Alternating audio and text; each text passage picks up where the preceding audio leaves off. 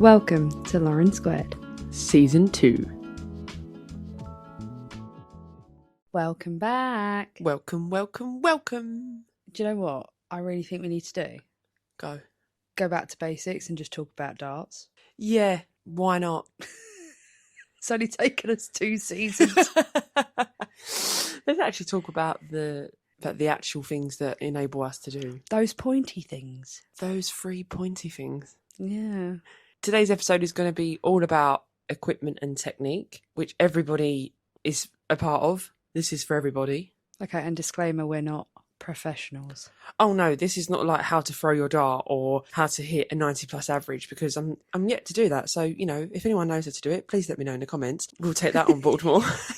Yeah, we're taking suggestions at this point. Absolutely. You can empower us with that. Please, because we need all the help. I think it's something that a lot of people speak about, but on a more of a broader sort of scale. Well, I think you see these like little 10-second clips on like TikTok, and it's like, this is how you should stand. And then that's it. No one really elaborates it or what happens in the meantime. Like, I'm doing everything, now what? It's still not going fucking right. I think the Luke Littler effect is massive, because you watch him and you watch his progression, especially over the last year or so, and then you get in his darts, for example, and people expect you to throw like him. I think it's really important to actually state that when you pick up a dart, you are not going to throw like someone on the TV. You might. Fair play if you are. But everybody's throw is so unique. It's so different. We've said this before. There's some throws that we've seen and we think, what the fuck? How does that work? Yeah. But it does. I do that a lot. But it does. So this is all about what we have seen through Bloomy and Dory's eyes, let's say. Yep. What we think about it, kind of what we've done with our own throws, equipment, and go from there, really. Yeah, I think I want to start off by saying that my throw has actually changed. Yeah, you've mentioned this. Yeah, I can actually confidently say that the break for COVID did drastically change the way I did throw a dart. Yeah. Don't get me wrong, it's kind of working now. It's only taken me God knows how long. But I can't remember how I used to throw a dart. Like, I remember elements, and sometimes it comes out that's why I throw sporadic darts. But I physically can't remember. I remember picking up my first set of darts, which is the darts I play with now, and I don't think my throw's really changed. Not that I know, but there's so many opportunities now to watch your throw, whereas before you didn't have the opportunities you have now, like streaming. Or yeah. If you wanted to see your throw, someone would have to take a video of you. That's literally how it worked. Yeah, and it was always kind of like just from what people observed and then they told you, and that's really how you learn how you threw. And it's all about comfortability. So like you've just touched on, you can buy a set of darts because they're from a really top PDC player at the moment, but realistically, they've got to feel comfortable in your hand. Your action has to feel comfortable, not false, not something that you've seen on the telly. It's all about in that moment. And I'm probably a prime example of that. Yeah, and I think it's really important to note as well, like grip. So the first time you actually pick up any dart, where you actually hold it is where you need to focus on getting right. Because if you, like, some people have their finger on the point. Some people, like you hold your dart like so far back you don't even need grip on the barrel. I haven't got no grip on the barrel. This is the problem. You literally hold the stem. Yeah, so if anyone's interested to what darts I actually play with, I play with a set of Balls Blackpool. They've actually discontinued the dart now. So when you Google it and you see it, it's like a very ancient photo. Yeah. Because you can't get them anywhere anymore. The grip is thick. It's black. It is very grippy. And you see my dart now, it's literally non-existent. We're going to touch upon all these like different things, but for you, have you ever tried changing your stems to like where they have grip on them? Just hear me out, because you're really superstitious with your setup. You're going to know this by the end of this episode. Yeah. Like, you don't change anything, and it takes you a while to even accept any suggestion, anything. I am literally lights on, no one's home. Someone tried to tell me about myself and my darts. Fuck off. Like physical dart, I don't want to know about it. And that's when we say, so when it comes to the technique way of how you should throw a dart, let's say, people talk about your arm, how your elbow needs to be pointed and it's a flick of the wrist. You've got to have a solid follow through. We've witnessed so many people that don't have either some of those elements or any of those elements. Yeah. And it works. And this is the prime example. So we talk about loads of different people on many episodes about how they've thrown and how we've played against these players. And you see it on the TV as well. You can see people that have a really solid follow-through throw, the flick of the wrist. But then there's some people that don't fully extend their arm either. Have you ever been watching the darts and you just go, how does that work? Every time. But see, we all do it. Yeah. We all question it. But then in their head, that's their comfort. That's where the darts are obviously producing and they're great, hence why they're in these TV majors events and getting the recognition that they quite rightly deserve. So there's loads of videos that I've seen online about, oh, this is how you should throw a dart, and there's a picture of Michael van Gogh. Yeah. It is unrealistic, why are we comparing guys. it? It's like the Kardashians. Why are we comparing ourselves to them? It's like, yeah, you're Chloe. Okay. No, but it's true. Like we say about like cosmetics and, that sort of thing. It's the same with darts. Like you look at someone else that's, major in these events and you're probably questioning yourself, like, why do I not throw like that? Why do I not have the good stance? Why do I not? Like, we literally put ourselves under more pressure than we actually need to. And I think, especially with technique, there is some things, this is what I will say, there is some things you can do, but not changing everything, but there's little tweaks that you can do to make you more solid. I will say that. Yeah. No, some of them are great techniques to, implement into your throw, but I don't think anybody has been able to put everything into one throw. It's not going to happen. It's like me saying, oh, I'm going to do a wild card pick.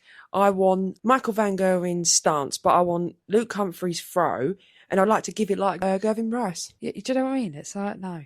It's not going to happen. Like, I could roar like Gervin Price at any time of the day if I wanted to, but are the other two going to come in clutch? Absolutely not. So we will get into this as well. There's a lot of coaching elements of darts now that's available. It's more readily available. I will say though, I feel like the more you dive into that, because we've always said that darts is a mind over matter game, right? A lot of people think it is just the throwing element. It's not. I think if you add too many pressures to yourself by trying to stand a certain way or keep your arm up and everything that they're recommending, I think you're actually going to hinder your game. Instead of you just throwing that dart, you're actually going, yeah, but my toe's not in the right position, this, that. And it's like, and I've done it. I've been victim to that. For sure. That would bring me to stance. So I was told, like, if you stand straight on, that's the beginner's stance. Really? Yeah. I've always stood side on. I always have. Yeah, I do. I don't know. It just felt more natural. Exactly. If I stood straight on, like square, like looking at the board, mate, feet exactly. I'm getting cramp. I'd feel odd.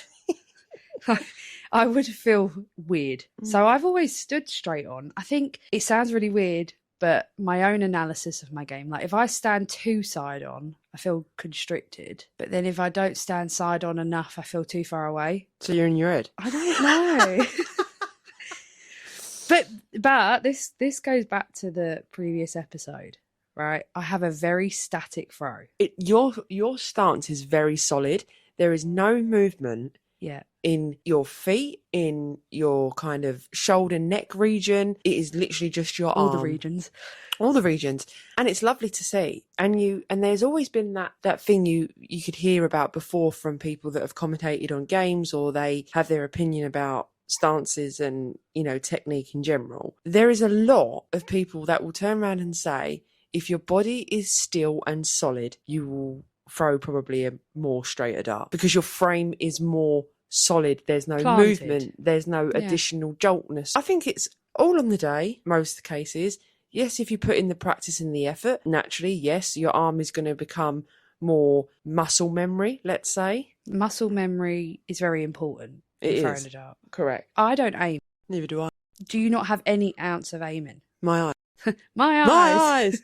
No, it's my eyes. Like, you see that someone will physically hold like the point and like line the point up or get to that trajectory that they think, oh, this is in line if I throw straight. But then people loop. Some people don't put enough aggression into some throws, so they don't get to their intended target quicker. Yeah. I just stare out the treble 20. Is that what you do? Yeah. Okay, because I must be going wrong then, because I'm staring at the treble 20 and it's going in the one. Don't get me wrong, I do get a lot of ones, as per TikTok videos, but it's hard to explain because I don't like line up my arm or anything like that. I just stare at the treble 20. And I've said this to you before, I do a really weird thing and I mentioned this to you not long after I met you, was it? Something called release point. Release point is a massive part of my game, and It actually really is. I can't even explain it to you about how I do it. I'm going to try. And to some people, you might think, Lauren, you're talking shit, but it makes sense to me and it works. I think in logical terms, what you do, you focus more on the drawback. Yes. So I will throw my first dart just how I feel like it should be going. Yeah. So then if that hits the treble 20, I will try and replicate exactly the same point as I released that first dart. I think that's everyone. Yes. But again, I don't think it's spoke about enough in that kind of breakdown. So if I go just above the treble 20, I then release it a bit earlier because I always go high. Yeah, and I think it's good to note with your darts, and I've always said this, you're not a stacker. I think because you practice your release points, you're more spread evenly on the 20 segment. Mm-hmm. You don't stack them. So you'll have like one in the big... segment, The big segment. You'll have one just above the treble 20. Yeah, or just below. And then you have one in the small segment. That's how your darts go. Mm-hmm. They're like in a straight line, and there's probably about an inch between each dart. It's so true. And when I then get the first dart in there, I'm rapid fire. Like, I know when I let go of it, and I'll try and replicate that. So this is where I want to ask you, is this where your speed comes into it? Because yes. You are a fast thrower. Okay, I don't think Lindsay Ashton fast. I don't know how she's even picking up the darts, the girl. A thing of technique. People play fast, people play slow. Fuck knows how you play slow. Sorry. If I'm playing you, I will be going to get myself a drink, probably coming back, and I get so bored. And this is what I've encountered. I used to just hold my dart, because again, I don't aim. Hold my dart up, pull back, throw. Because people used to say you need to just take each dart slowly. I'm thinking about having a cup of tea. I'm thinking about what I'm eating. Yeah. In that short amount of time, because it's too slow for me. It physically is, and I don't feel comfortable. No, I've had so many people say to me as well, oh, I play faster when I play you. And I'll tell you for now, that is not intentional. No. Everyone says, or will have said to you in your lifetime, just play your own game. So you playing your own game would be the pace that you feel comfortable at. Just everything would be how you feel in that moment and how comfortable you are. Selfishly, you do not give a shit about the person you're playing. No. You don't go, oh, do you know what? I need to slow down for them. No, yeah, they've got a bad leg. I'm going to slow down to my approach. All right, if they had a bad leg. No, I wouldn't. No, because then that fucks up me. That would fuck up my own game. You're thinking about your game. You're thinking about, I don't want to disrupt my throw, my technique, my rhythm. I think that's very important. That touches upon my throw. Yeah, it does. So if you actually watch my throw, I group really closely together. They're like magnets, mate, and then they fall out the board. We're not taking the piss out of me here. Sorry. But I do group very close together. So when you look at all three darts when they go right, it's like almost like a triangle, isn't it? Oh, it's clean. Like it's very clean. So clean, yeah. But if I fuck up my rhythm, it's gone. I don't know where I'm aiming because I loop my darts. I think this is the problem. Yeah, you're a massive looper. Like, I don't throw them aggressively like you do. No. Like, you want to throw yourself at the board.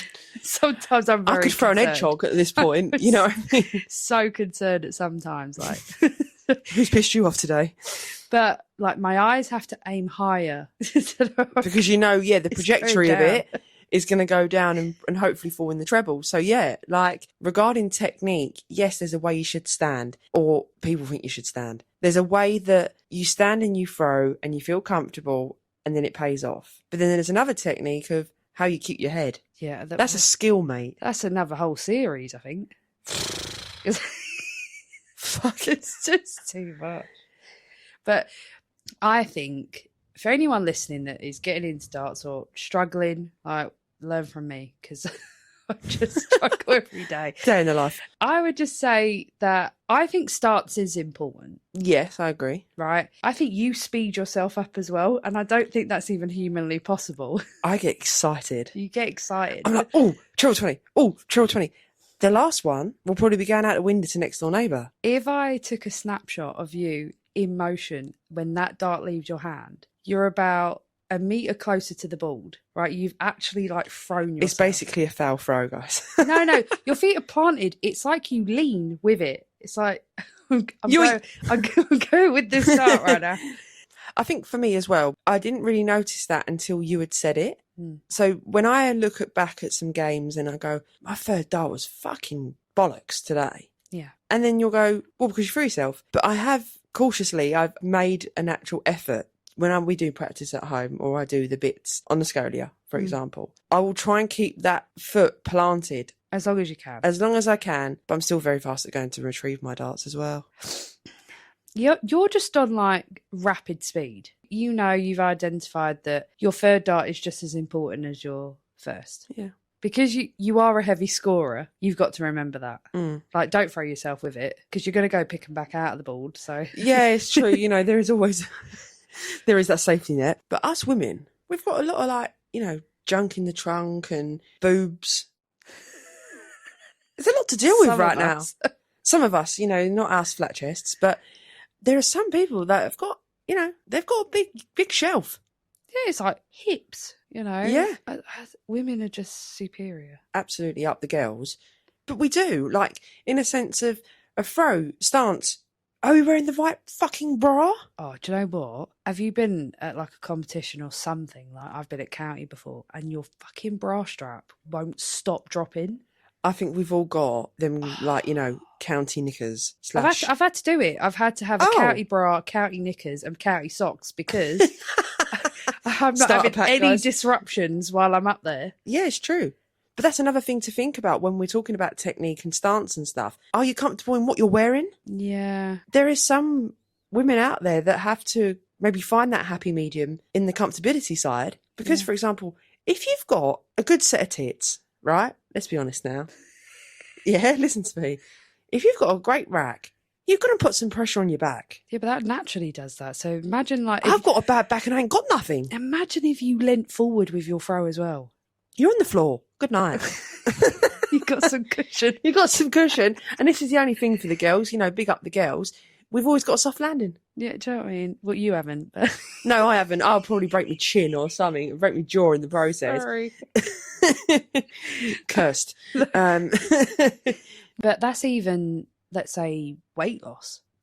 That's not talked about enough. Up the Manjaro. You go to an event now, it's like... Let's separate. Sponsored by Manjaro. Honestly, fair play to you all. Because I'll be the first one to say I was on it. Yeah. And it's probably the best thing I've ever done.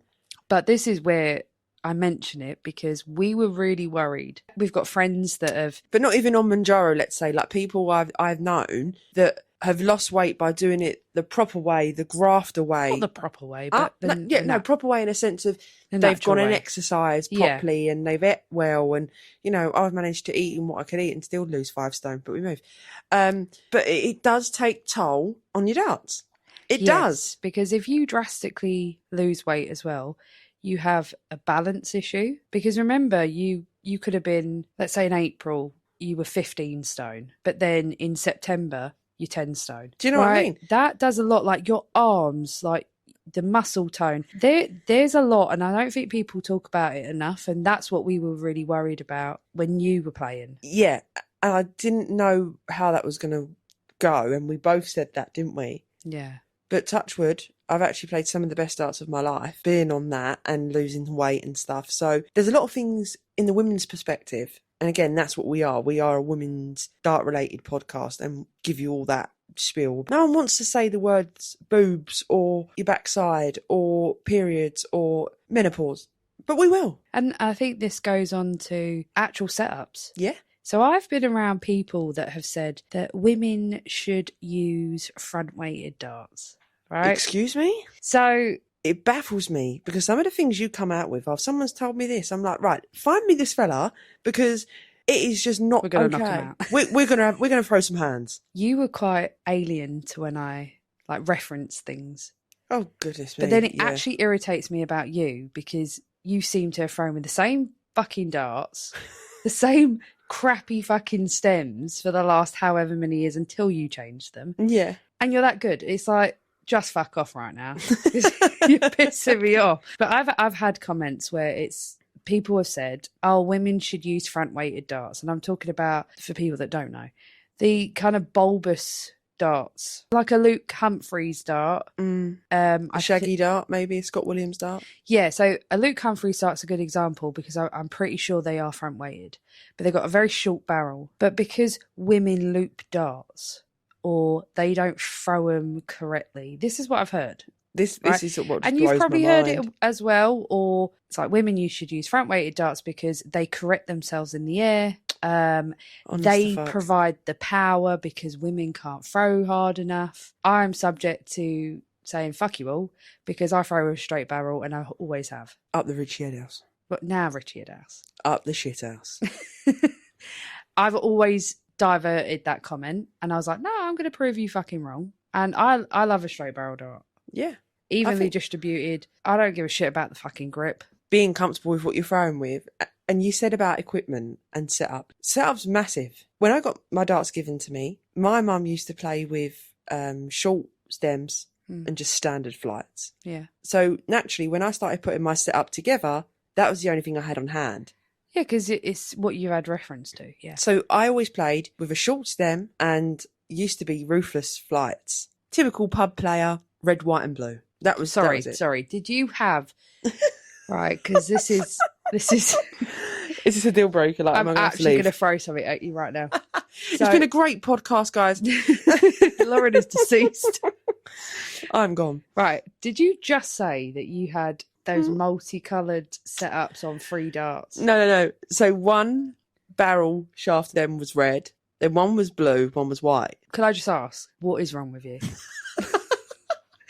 I don't know who thinks that is a fucking I was young, okay? I was young, experimenting the world. Nah. So but I see people do it now and it actually pisses me off. Patty Wadras.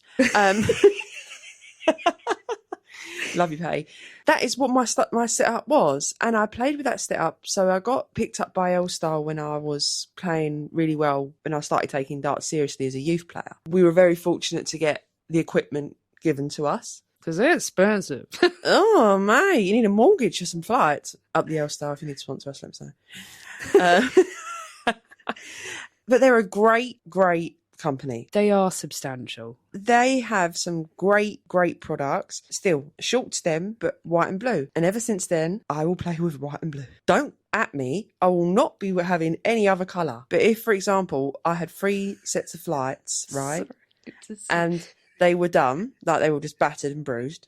Had none in the case. Pull it out. I'm done.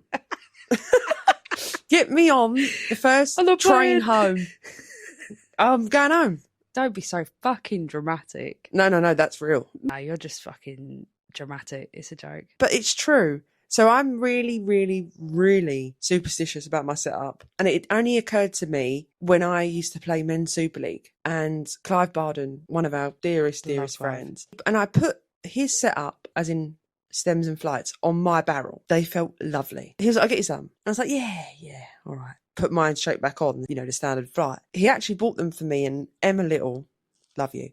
She bought them. Love you. She brought them to me at Super League. She went, hot dogs, brought these for you. Give them a try. And it's probably the best thing I've ever done. So I've gone from a short stem and regular flight setup to now I play with aluminium and longer stems. Yeah. Still the same flight. And we're talking standard flights. Standard flights, like some you can pick up like anywhere for about 40p a pack. There's 2 sizes, isn't there? For me, I found my grouping's a lot better. I score a lot more ton pluses now than what I ever have. They feel really free flowing. And this is where I think equipment's really important. If you've got to make small tweaks, again, like we said, do it.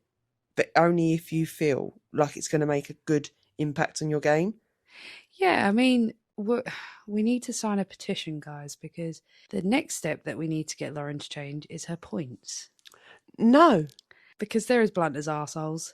They need changing just for grip because you have missed crucial darts by them falling out. And Correct. One of them is significantly smaller than the rest of the other 2 darts. So yeah, you will listen to me one day. But that's a prime example. It's like if you are so stuck in your ways that you don't want to change something, but actually it could help for the better. The point I'm trying to get to, literally, here, is just don't be too scared about changing anything. I think if it's coming from a good place, from someone that that cares about you and you care about them, and they actually want the best for your darts, i.e. when Clive said that to me.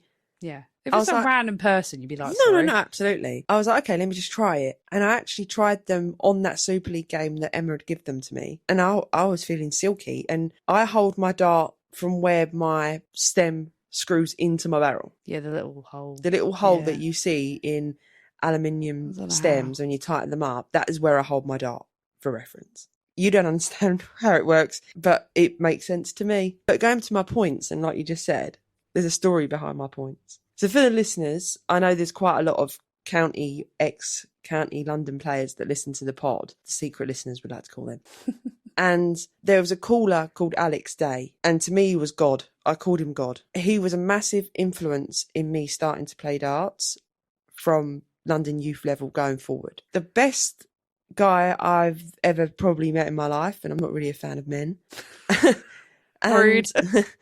It's something he did for me. So he offered me a sponsor for equipment. God bless his soul, no longer with us. But he brought me those points.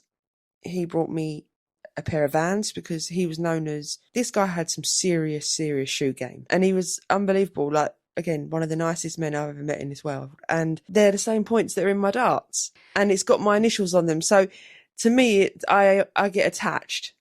No, and I get the sentimental value to those points. I get that. And don't worry, when eventually you do need to change your points, because there will come a time, we will get them framed. But just for practicality, you can see they're starting to wear down, and there isn't much longer that you're going to get out of them before you will have to make the change. It's going to be crucial. It will be crucial, because you don't have a spare set of your darts, do you? No, up the Robin Burns darts. They're the only darts that I've found on the market at the moment that look like mine. Let's leave that there, because I know I won't use them unless I really have to. Yeah, and this goes on to my probably tip that I would say. I use Condors, right? Unpopular opinion. Yeah. Because either you love them or hate them, it's like Marmite. It's the same as K-Flexes. Yeah. I personally don't like the K-Flex. I think they're just really bulky. And yeah, Condors, they somehow have my heart. But the best advice that I could give, if that's what you want, especially because I'm one of those players that buy darts accessories just because of the colour or it looks nice. Just want to let everybody know, I've played darts for a long time. Longer than you. And I've never learnt so much in the last nearly 2 years about L3 flights, mini flights, intermediate, short, long. Fucking, you are like a Wikipedia of darts. But I'm not. That's but this is it. Like, so for me, it's like, I don't know a lot, but when it comes to set up with you, you know kind of instantly what needs tweaking. So with the Condors, at the moment, you're going through this thing, aren't you? The length's fine. Everything's nice. You're nice. You're nice. But you get a lot of bounce outs, really bad ricochets, because of the way that system is set up on the Condor. Yes and no. So this goes back to how I group my darts. So as I was saying, my darts form like a very close-knit triangle when I've thrown them correctly. The exact same drawback, whichever. But the problem is that when you imagine that shape and you've got these plastic all-in-ones, if I don't throw them correctly or slightly different to the first one to then the second one, they're on the floor or they're deflecting. And I have that problem at the moment. The dart is supposed to fall down the barrel. Yes. Hence why there's grooves cut into them. But unfortunately, how I throw my darts, and I've tried it with different darts, different barrels. My darts land the same. They do, yeah. They don't change. One tip and trick that I would say is that if you're destined to want to have Condors, like, they are pricey. Yeah, they are. I've still got them ones, right? And I've had them for about 2 years. Yeah. I have probably sat on them because one does look a bit fucking pissed when it's going into the board. So, don't we all? But the one piece of advice I would say is get some cheap stems, all different sizes, get some different flights. The one thing that I learned, because like you said, I'm very good at knowing if I need to tweak it. Yeah. It's how you see the dart fly through the air is really important to me, and how it lands in the board. We went to PDC not long ago, And I told you that, yeah, all right, I was playing quite well, but my darts were landing sideways. And I said to you straight away, something's wrong with the setup. Straight away you said it. Straight away. Right? Something just doesn't feel right with the setup. I got home and then I went to my little box. The darts toolkit. Literally, guys, I'm not exaggerating Look, here. I'm not like sad. I just have a collection of stuff that I know worked for me. And they're all very nice and neatly organised. Thank you. But I did. I said to you that something's just not right. Got home, put the condors back on just to see about length, because I don't have like loads of stems and stuff at my disposal. And it has actually worked. And you even admitted it. You went, yeah, okay, you're right. Do you need it in writing? Please. An expensive purchase. Darts can be an investment. You have to remember Yeah. that, because there's that way of it. So if you are playing consistently and you kind of want the best product, it's a bit like me. I'm a snob when it comes to technology. Absolute snob. You're shit at technology, but you're a snob about it. I'm quite good at technology in some elements, but you just bat the ball out of the park with the stuff that you're doing for the pod. Thank you. But people like will always go, "Oh, I only throw K-Flex." Yeah, but you have go you then, actually... Coco. You know, you do go you, on hun. then, Coco. You do you, hun. And if that's what makes you happy and you want to invest in something that they say is good quality, but I've heard very mixed reviews about K-Flex, same as Condors. It's all personal preference. Exactly. But where should you start? Just basic stem and flight. No, but you weren't going to just throw a barrel, were you? No, Right, so I mean, we someone's wouldn't get very obviously... far, would we? Yeah, so someone that you ran into, your mum, whoever you were practicing with, has guided you to go that way. And it helps, don't get me wrong. The best word of advice is to get some stems, some different flights. Just buy cheap ones, you know. But this is the problem with darts. Like, you've got flights that have different thickness. So even that makes an impact to your darts. And it's how it all flies in the air. So literally, or borrow your friends and then just ask them the question and just get to a comfortable setup. But you'll know when they go into the ball nicely, you see them fly through the air. If they're doing backflips, right, let's be honest, I don't think they're going right, or they're probably not weighted right. It's about distribution as well. Yeah, it's just really important to know. Don't go by what other people say. Go by what you feel comfortable with. And that's what we're trying to get This at. is the main message we're getting through this podcast. We've just gone about a roundabout way of it, but that is a main message. And it just dives into them a little bit more. But there's one thing I want to ask you as well. Yes. Automatic scoring systems. So the Scolias, the Omnis. What's your opinion about them? Okay, so we actually have Scolia. Yeah, we have a I Scolia. always say it wrong. We have one, and don't get me wrong, it's lovely. It's an amazing bit of kit. It's amazing. And when we're practicing, there's none of that faffing around and Oh God, what's left? and you're always 10 out. We've Always 10 established out. that. Me, yeah. If I'm marking your game, just add 10 to whatever I put. It fucks up the rhythm. So sometimes, yes, the Scolia is not 100% foolproof, It's not. but occasionally it will have like a little glitch where it's picked up the wrong score. That's fine. Or it's giving you a game shot when it's not. Yeah, so it doesn't dramatically hinder your rhythm, your game, whichever. Now, I'm dog shit at counting, right? Under pressure. You could tell me the same 93. 93. I still do not know what the fuck I'm going for, unless I've probably practiced it about 500 times. Lauren will stand there and she'll go, "What's this one?"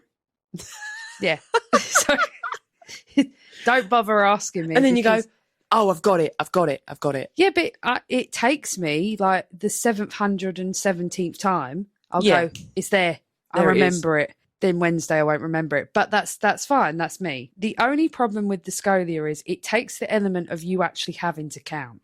It becomes lazy. It's very fucking lazy. And then it also tells you what you should be going for. Very small print, isn't it? Yeah, and I'm like, do you know what? Actually, in that moment, I'm playing on the Scolia. I'm playing you. I'm trying to actually beat you. I did actually want to know, because now my eyes are just fixated. I've noticed that. So when we practice at the moment, you can be in like 200s, but then you'll look and I'm like, girl, just score big and tidy up later. That's the motto for me. Yeah, so it's almost like it's tweaking the way I would think, but sometimes in a good way, because, right, hear me out. if let's say you're on 230 or something, right? Mm. I don't have the mathematical maths. brain to work out what the fuck leaves me a finish. Yeah, I tend to round quite a lot. Yeah. So that's out of the fucking question. Yeah. Bearing in mind, I am very good at maths. I'm just not very good at mental maths. Okay. So I shouldn't really play darts. No, true. What I'm trying to say is without the scolia, if I'm on my own, I can't count quick enough that matches my rhythm of throwing darts. I think that's the point I'm getting at. My rhythm requires me to count quicker and I just can't. So the scolia helps in that aspect. Like recently, if I'm on 237, I'm using an example. Yeah. But if I'm on 237 and I'm going down, if I see it and it says like 187, you're going to go for the 17, leave yourself 170. Yeah. There is that. And I think we mentioned muscle memory. My counting is solely muscle memory for checkouts. Yeah, but like you just touched upon, you actually round up a lot. I do. So if you didn't round up, would you find yourself in the same sort of predicament that I'm explaining? Yeah, probably. Yeah. 100%. There's another big brand. So Target have brought out the Omni. Exactly the same sort of thing. Same concept, yeah. Yeah, has its own app attached to it. You can play other people in different households, different countries. With both the Scolia and the Omnis, you can compete in tournaments in the, the privilege of your own home.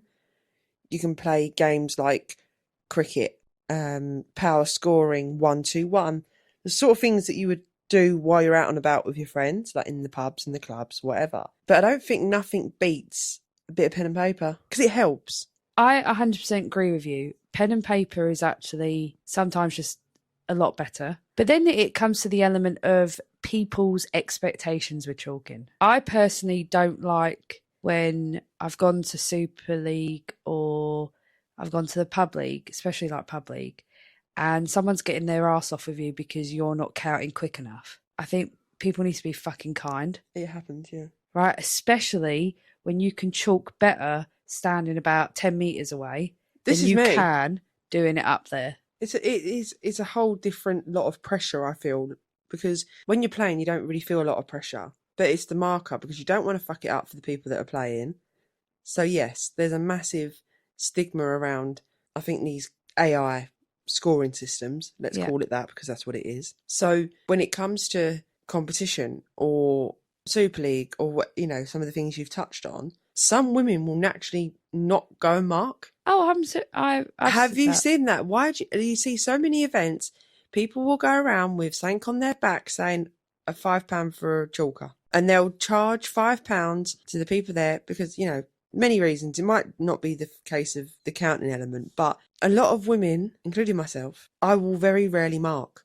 And could I be honest? Because of pent up anxiety about it. Yeah, and I have never looked into going into competitive dart because of that very reason. It's mad, isn't it? I can chalk on my own level. Probably not someone else's level that is quick enough. I mean, I have done well when you played fucking Joe the other day. Jesus fucking Christ. Yeah, I don't know how you kept up there.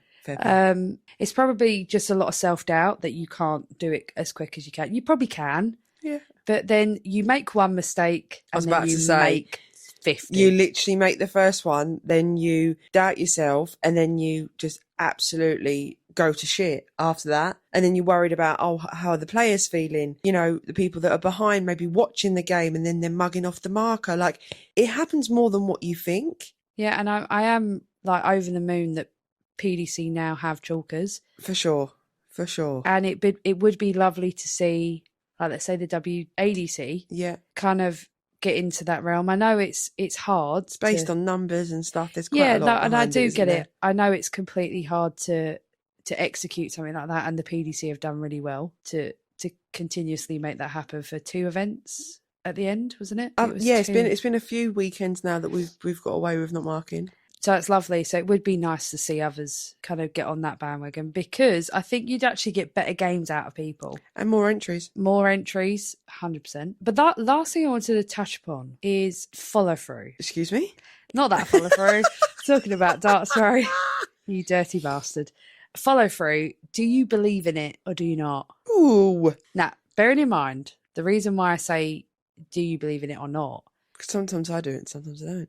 I've watched people not have any follow through, Yeah, it's true. and it's fucking great. Sometimes I really have that like flick of the wrist, right, on some darts. Do you know what? Funny you say that, because I heard a comment. The day you flick your wrist is the day that your throw comes together. I don't really want to break my wrist though too quick. Do you know what I mean? Do you think that's true? Some of the darts that have been clinical for me You flicked your wrist? has been the fact that I flipped my wrist. The game I had in the last 32 at Wigan not long ago, and I think I pinged that 79, With the and it flick was of the the second wrist? dart. Flick of the wrist. It was the second dart. I flicked it, threw it aggressively, bang, Yeah. and the dirty's gone. All right, plenty. Sorry, just doing a bit of a promo vid there for Sing It Bang. I won't sell it bang. One bang and the dirty's gone is. Oh, is that what you said? Sorry. Jesus Christ, is it late or what? What about you? Do you think it's... Yes and no. Yeah, I think it's a 50-50 challenge here, isn't it? I've had good darts where I have noticed that I flipped my wrist. I think you said it recently, didn't you? Yes. You went, that was lovely. Lovely bit of flick of the wrist. Yes, make sure we stay on topic. Yeah, follow through. Fuck off. Yeah, so there has been some clinical darts that I have had, which I have flicked my wrist, or like my arm's still in position, so I must have flicked my wrist. Does that make sense? Yeah. I It's get like you're. But then when I was going through my really weird rough patch this last year, I think the follow through was making it worse. Yeah, it's comme ci comme ça, isn't it? Because you said keep your arm up. I'm like, babes, right? It's up. It's up. I'm trying everything, the follow through, which I have done before. But yeah, it just sometimes, I think it's another added element that can actually dip your dart Yeah, right at the end. it's true. Because if you're thinking too much on it and then you pull your hand down to you, I don't know where it's going. It's going off the island. Off the island. Keep them on the island. Keep it on the island. There is so much topic to cover in a sense of like we spoke about for the last nearly hour of your time.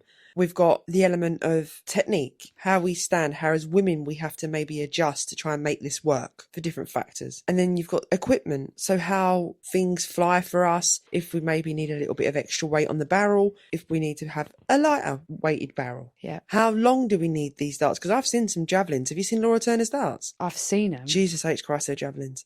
But they, again, works for Laura. She feels comfortable. Fantastic. But the main thing we're trying to get out of this episode and to put out there is, as a woman, especially, And men. as a dart player, do what makes you feel comfortable. Don't take any criticism about your setup because they're not the ones throwing them. Some people might look at your barrels and go, oh, they're a bit rough, aren't they? Or they're a bit too smooth. Yeah, that's fine. But they're my darts. That's how I feel, especially about the whole grip thing that I touched on at the beginning. Yeah, I think it's always just best to stick to getting suggestions, advice from people that you know have your best interest at heart. For sure. God, that sounds really like soppy. No, I'm actually just talking about wouldn't want to upset your throw. What a benefit, you know. We need, at the end of the help you day, grow. you need people around you that support you in whatever route you're taking, i.e. just starting out in a pub league. You've progressed to Super League, county level, you're doing the circuit WDF, you're in the PDC Women's Series or the PDC Main Challenge Tour, development tours. Whatever it is. Whatever it is, take people's opinions that you generally know that it's coming from a good place. Trial it at home while you're practicing. That's the whole point of practicing. Yeah. Try and make some little tweaks to see if, again, it makes any difference. The possibilities are endless. And there's so much out there in regards to products from the likes of Target. You've got Mission, you've got Condor, you've got Windmill, you've got Shot, you've got L-Style there for the equipment. You've got Cosmo, which are a great brand. There is so much out there. So when you go on the likes of Darts Corner or Premier Darts, they have a wide range of different things available. It can be quite daunting because, like, where do you start? It's like Darts Amazon. Yeah, true. But enough of us rambling about absolute shite for the last however long. I think we have covered some good topics here. Quite a big, vast, yeah. I think the thing with the actual dart throw itself, it is quite vast to touch upon everything. Yeah, and again, you'll probably go on to socials and you'll see people trying to tell you the correct way of throwing. But there's so many different reasons, and like we said at the beginning of this pod, this is our opinions, things that's happened to us. Experience. And you know, if you look on TikTok and someone's doing it a certain way and you're still beating yourself up, why is it not working for me? Probably because it works for them, but it won't translate. So don't get yourself down. Exactly. Just because Bunting does it, The Bunting effect. don't mean I can do 15 fucking darts into a double and get a checkout percentage and then I'm off. Like, Yeah, say Okay, it's great, but is You it do you, realistic hun. for me? No. yeah, Let's you be do honest. you, hun. And this is something that we can definitely touch on in an episode in the future as well. Yeah, let us know if you actually enjoyed it and if it made sense. Yeah, content is free flowing, guys. So we're happy to talk about anything and everything. We've got so much ideas, so many different ideas of what we want to bring to you guys. This is just kind of one of the topics, but we hope you've enjoyed it Yes, we do. as much as we enjoy making these for you and just having that honest and safe conversation about everything darts. We just get to ramble and roast. It is. R&R. Ooh, smooth with it. That was smooth. Ramble and roast. Ramble and roast. Guys, we're going to let you crack on and we will catch you on the next one. That you will. Bye. Bye.